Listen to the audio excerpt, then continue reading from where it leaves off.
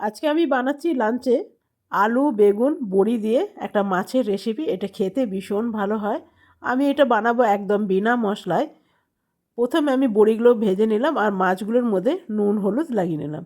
তবে এই তরকারিটা কাউকে যদি বলে দেওয়া না হয় যেটা বিনা মশলায় রান্না, সে কিন্তু খেয়ে বুঝতেই পারবে না এটা বিনা মশলায় রান্না হয়েছে।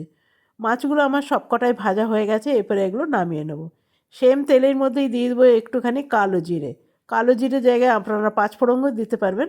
এখানে দিয়ে দিলাম কাঁচা লঙ্কা, টমেটো আর যতগুলো সবজি কেটে রেখেছিলাম, আলু বেগুন আর শিম তিনটেই দিয়ে দিলাম। এরপরে দিয়ে দিলাম বড়িগুলো এখন থেকে দিলাম, তাহলে ঝোলে ফোটার সময় এটা প্রত্যেকটা বড়ি কিন্তু খুব সুন্দর ফুলে ওঠে। রান্নাটা কিন্তু আমার একদম রেডি হয়ে গেছে, আলুগুলো সেদ্ধ হয়ে গেছে। এরপরে দিয়ে দেবো মাছগুলো। মাছটা ফুটে উঠেছে, এরপরে নামিয়ে নেব।